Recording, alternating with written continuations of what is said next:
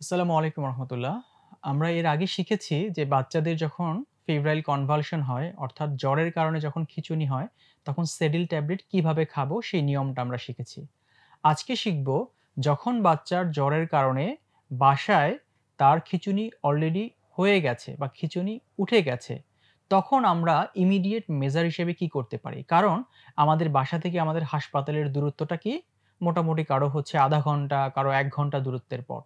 তো আমরা যত তাড়াতাড়ি বাচ্চাকে হচ্ছে ইন্টারভেনশন দিতে পারবো, আমি তত বেশি বাচ্চাকে কি করতে পারবো? সেভ করতে পারবো। সেভটা কি? বাচ্চার ব্রেইনের নিউরনের যে হচ্ছে আমাদের অ্যাক্টিভিটি আছে, সেই অ্যাক্টিভিটিকে আমি কি করতে পারবো? প্রিজার্ভ করতে পারবো। কারণ আমরা জানি একবার খিঁচুনি হয়ে গেলে আমাদের মিলিয়নস অফ নিউরন কি হয়? ডিস্ট্রাকশন হয়।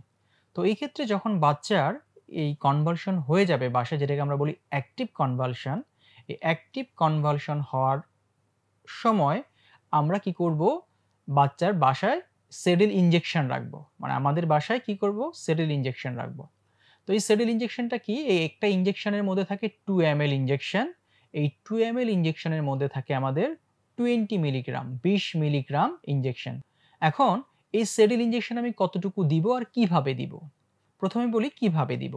দেওয়ার নিয়ম হচ্ছে যতটুকু প্রয়োজন পড়বে আমাদের সেডিল ইনজেকশন, ততটুকু সেডিল ইনজেকশনের সাথে কিছু পরিমাণ আমি নরমাল স্যালাইন অথবা ডিস্টিল ওয়াটার, হ্যাঁ? এটা একটু মিক্স করব। মিক্স করে একটা বাটারফ্লাই নিডল বা একটা বাটারফ্লাই সেট, তার মাথার অংশটুকু নিডলটুকু কেটে ফেলে দিয়ে বাটারফ্লাই সেটটাকে বাচ্চার পায়ুপথের মধ্যে আমরা রেখে দিয়ে আমরা ইনজেকশনটাকে পুশ করে দিব। তাহলে যেটা কি হবে? বাচ্চার সাথে, সাথে এই কনভালশনটা থেমে যাবে। বাচ্চার নিউরন আর ড্যামেজ হবে না। প্রশ্ন হচ্ছে তাহলে এখন আমরা কতটুকু দিব? কতটুকু দেওয়ার নিয়ম হয়েছে, বাচ্চার প্রতি কেজি ওজনের জন্য সেডেল ইনজেকশন প্রয়োজন 0.5 মিলিগ্রাম।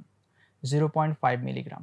তাহলে যদি বাচ্চার ওজন ১০ কেজি হয়ে থাকে তাহলে বাচ্চার লাগবে 5 মিলিগ্রাম। আর আমরা জানি ইনজেকশনে আছে 2 ml আর 2 ml এ আছে 20 মিলিগ্রাম। তাহলে ১ ml এ কতটুকু আছে? ১ ml এ আছে আমাদের 10 মিলিগ্রাম। তাহলে আমার বাচ্চার লাগলো কতটুকু? লাগলো হচ্ছে 5 মিলিগ্রাম।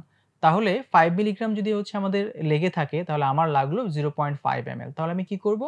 ইনজেকশনটুকু 0.5 ml নিবো। তার সাথে হচ্ছে আমি ১ ml অথবা ১.৫ ml ডিস্টিল ওয়াটার বা নরমাল স্যালাইন নিয়ে সেটা হচ্ছে আমি আমাদের যেটাকে আমরা বলি স্যালাইন সেট অথবা বাটারফ্লাই সেট, সেটা দিয়ে আমি সুন্দর করে বাচ্চাকে পুশ করে দিব যেন এটা আস্তে করে বাচ্চার পায়ুপথে ইনসার্ট হয়ে যায়। এর ফলে যেটা হবে, বাচ্চার সাথে, সাথে অ্যাক্টিভ কনভালশনটা রিমুভ হবে এবং বাচ্চার নিউরন ড্যামেজটা আর হবে না।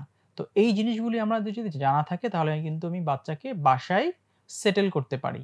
তাই না? কারণ আমরা জানি আমাদের বাসা থেকে আমাদের হাসপাতালে যেতে, যেতে আমরা দূর হয় এবং আমরা ওই সময় অনেক কি থাকি? একটা প্যানিকড কন্ডিশন এ থাকি।